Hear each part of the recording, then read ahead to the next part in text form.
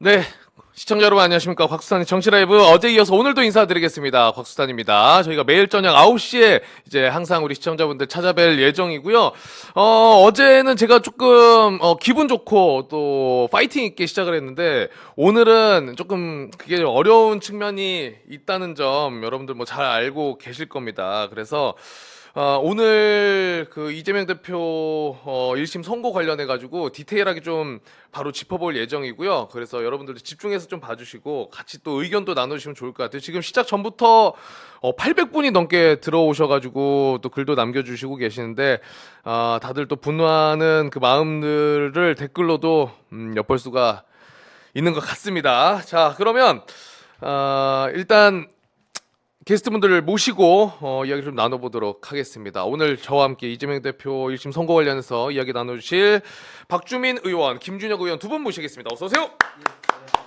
네, 자 우리 박주민 의원님부터 우리 구독자분들 인사 한번 해주시죠. 안녕하십니까, 박주민입니다. 네, 고맙습니다. 우리 의원님도 마찬가지로. 예, 시청자 여러분 반갑습니다. 김준혁입니다. 오늘 뭐 참 암담한 날인데 이렇게 방송하러 오게 됐는데, 네. 하여튼 열심히 해보겠습니다. 진짜 그 박주민 의원님은 이제 낮에 매불쇼에서 네. 잠깐 저희가 이야기를 나눴지만 네네. 그때는 시간 자체가 막 속보로 그렇죠. 1심 선고가 뜨고 나서 저희가 지금 징역 1년에 집행유예 2년 그 타이틀만 보고 이야기를 나눴기 때문에 맞습니다. 디테일이 사실 부족할 예, 수밖에 예. 없는 상황이었거든요. 예. 시간 관계상. 근데 이제 그 이후에 시간이 좀 지났기 때문에 또 자세하게 좀 이야기를 나눠보면 좋을 것 같은데 일단 네.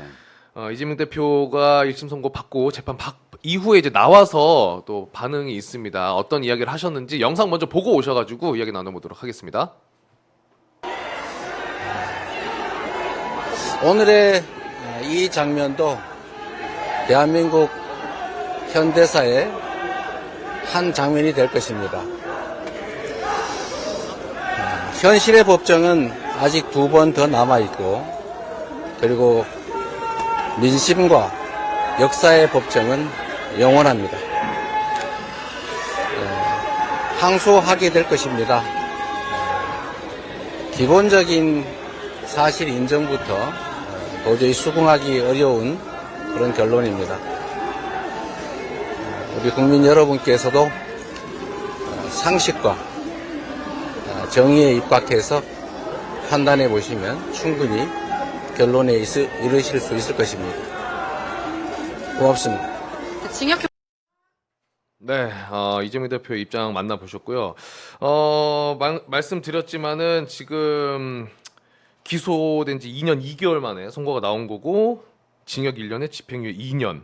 사실 어제까지만 해도 심지어 국민의힘 윤상현 의원도 80만 원 나온다면 한 80만 원 정도 이제 벌금형 나올 네. 것이다라고 뭐 이런 이야기도 나누고 저희가 그랬었는데 와 중형이 내려졌어요. 근데 재판부에서는 일단 이 중형 이유에 대해서 허위 사실을 공표하면 민의가 왜곡될 수 있다.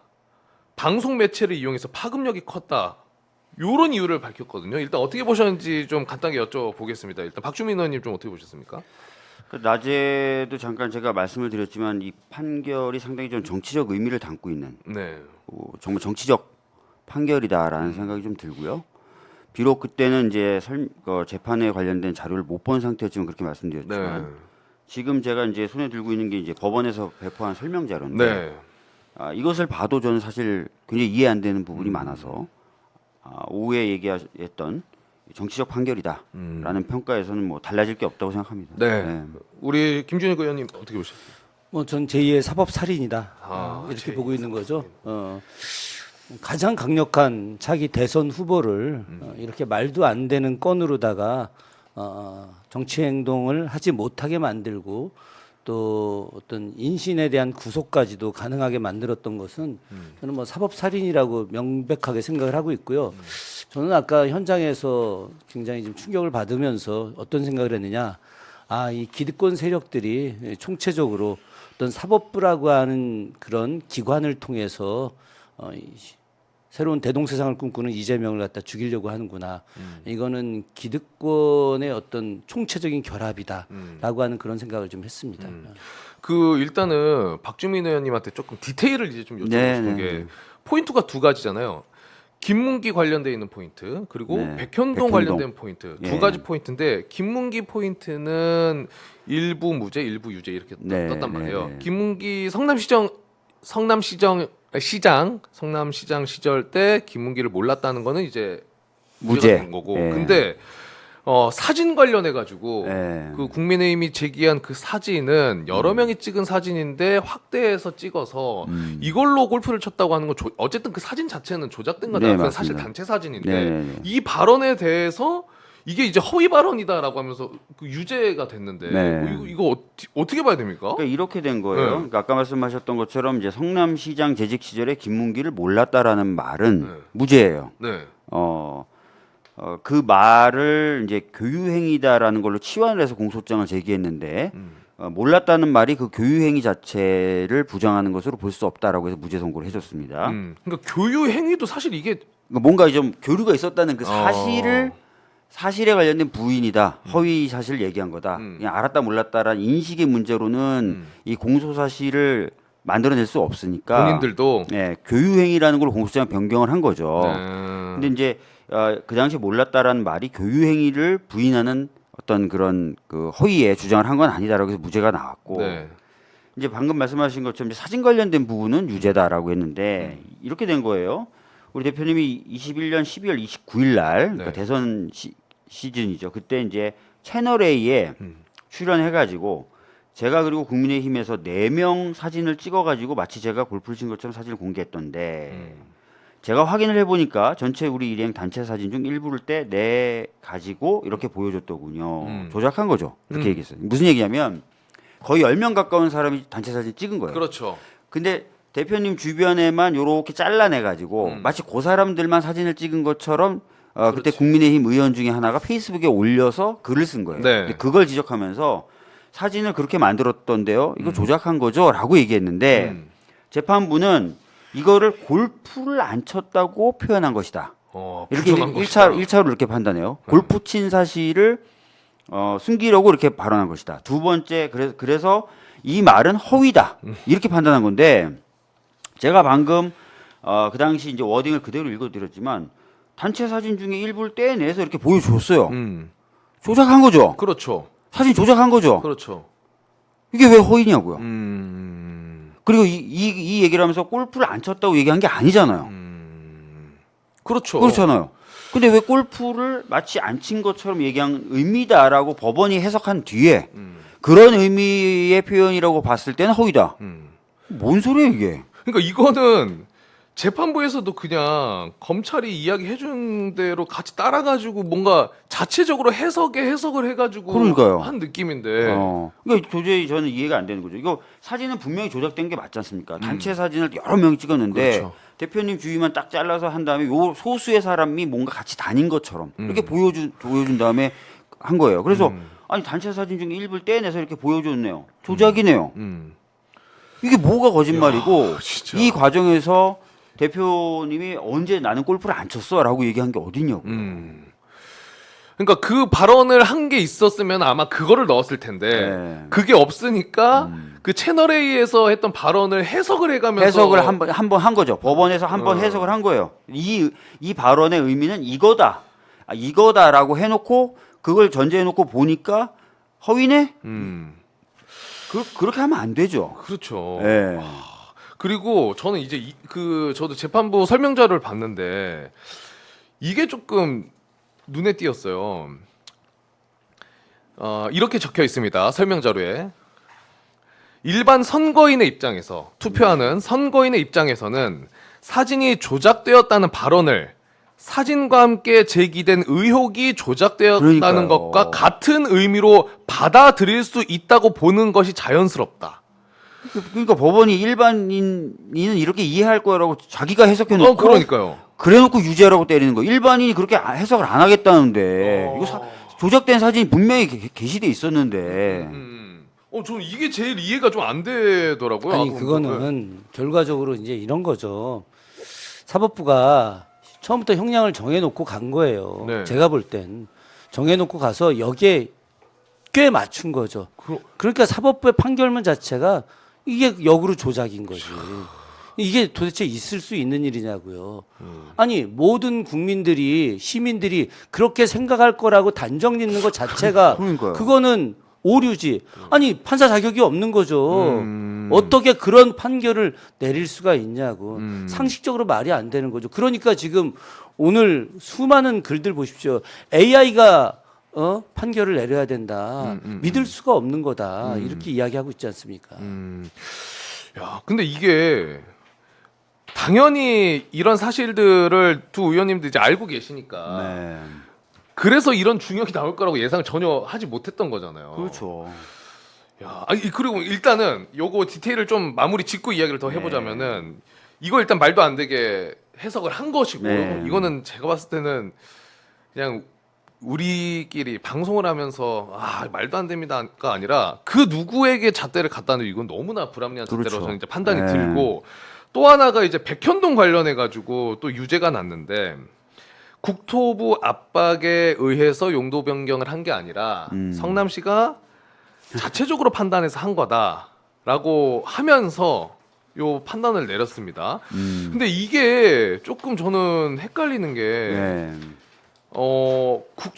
제가 알기로는 한 4년 정도 네. 국토부에서 계속 성남시에 가서 공문도 보내고 찾아오기도 하고 이런 과정이 있다고 제가 들었거든요. 일단 그건 팩트입니까? 그럼 팩트죠. 어. 공문을 보냈다는 거는 뭐 검찰도 인정할 뿐만 아니라 법원도 인정을 하는 거죠. 네. 근데 그것이 어떤 압박이나 뭐 공무원들이 뭐 이렇게 협박의 느낌이 아니었다라고 판단한 거예요? 그러니까 이제 이거 어떻게 공문을 허드셈이 보내고 나오네 진짜. 상위 기관이 요청을 하는 거를 네. 공무원들이 압박으로 느낄 수 있잖아요. 그렇죠. 아니 뭐 모르겠습니다. 공문에 아유 이거는 뭐 협조 요청입니다라고 하더라도 공문에 협조 요청이라고 돼 있더라도 하급 기관이 느끼기엔 이건 좀 해줘야 되는 거구나. 스트레스 받는다, 압박 받는다. 라고 할 수 있는 거잖아요. 네. 심지어 제가 들고 있는 게 뭐냐면 정규재 씨라고 이 보수 논평 하시는 분인데 이분이 페이스북에 계셨어요. 이분이 그때 좀 깔끔하게 정리하셨더라고. 네. 아니 압박을 국토부가 그런 공문을 보내서 공무원이 압박을 받았다. 이건 주관적인 느낌인데. 그렇죠. 내가 압박을 받았다는데 공무원들이 압박을 받았다는데. 그렇죠. 이게 왜 허위 사실이 되냐고요. 근데 여기에 기재돼 있는 건 약간 그런 것 같아요. 뭐 공문도 보내고 뭐 압박도 했지만은 국토부에서는 그 뭐 판단은 그래도 너네가 해라라는 그런 게 있어가지고 그거 아닙니까? 지금 판단 근거 자체가. 아니 실제로 중앙부처하고 지자체의 관계를 조금이라도 아는 분들은 이런 얘기를 못해요. 예를 들어서 그냥 협조 공문 보내요. 근데 안 들어. 그러면은 다양한 수단으로 괴롭힐 수 있어요. 그렇죠. 뭐 내려보내는 예산을 줄인다든지 또는 시비, 국비 또 이렇게 분담 비율 있는 사업에 분담 비율을 저쪽으로 높여버린다든지 엄청나게 다양한 수단으로 힘들게 만들 수 있거든요. 그렇죠. 그러니까 그 상위부처에서 무슨 공문이 내려오면 저 상급 기관에서 당연히 내려오는데 긴장을 하고 부담감을 느끼죠. 근데 그래서 내가 압박을 느꼈어. 그래서 좀 해줘야 될 것 같아서 했어. 그 얘기를 했어요. 근데 압박을 느낀 네가 잘못이야 이러면서 이거 말이 안 되잖아요, 진짜.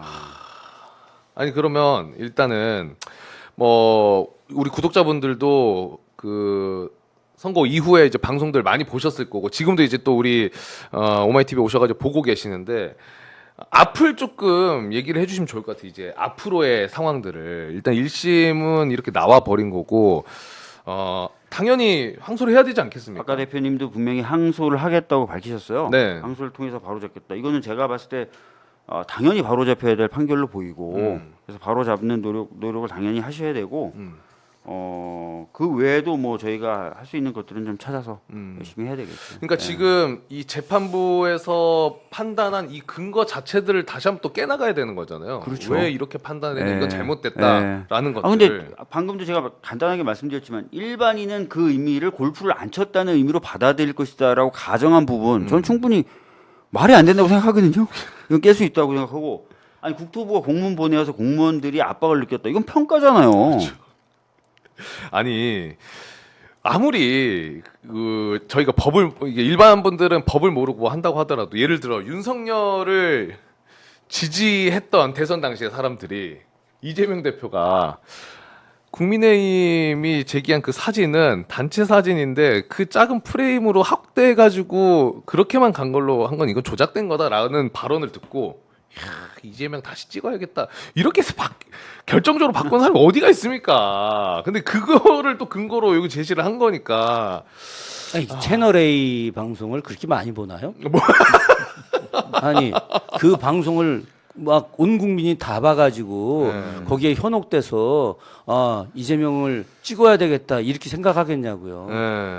그러니까 난 그 재판부가 객관적으로 합리적인 판결을 하려면 전체적인 상황을 다 봐야 됩니다. 네. 만약에 그런 논리를 한다면 당시 채널 A의 2%가 몇 명이 시청을 했는데 몇 명이 시청을 했을 때 그때 당시 민주당 지지자 혹은 뭐 국민의힘 지지자 이런 사람들이 이걸 보고 나서 의견을 바꾸어서 이게 이렇게 됐다라고 하는 최소한의 이 정도의 논리적 근거는 갖고 이야기를 해야지. 판사가 그런 식으로 이야기하는 것은 나는 이재명을 죽일 거야. 이재명을 반드시 내 손으로 죽일 거야. 라는 의도로밖에 판결문을 쓰지 않은 거죠. 네.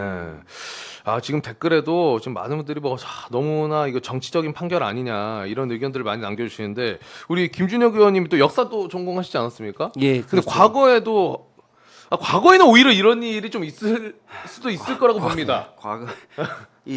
과거엔 있었겠지만 지금은 있으면 안 되는 일이죠, 이거는. 아니 저는 아까 DJ 생각이 그렇게 나더라고요. 그래서 이 대표가 이재명 대표님이 이제 김대중 대통령님처럼 온갖 고초에도 불구하고 이를 극복하고 새롭게 나서게 될 거다라고 하는 또 나름의 확신을 갖고 있는데 아니 박정희 전 대통령이 김대중 대통령 정치적 그 맞상대죠. 죽이려고 아예 납치를 해서 바다에다가 수장시키려고까지 했었죠. 저는 그것과 거의 동일한 정도의 상황이다. 지금 상황이 예, 네. 그렇게 보이고 있습니다. 이게.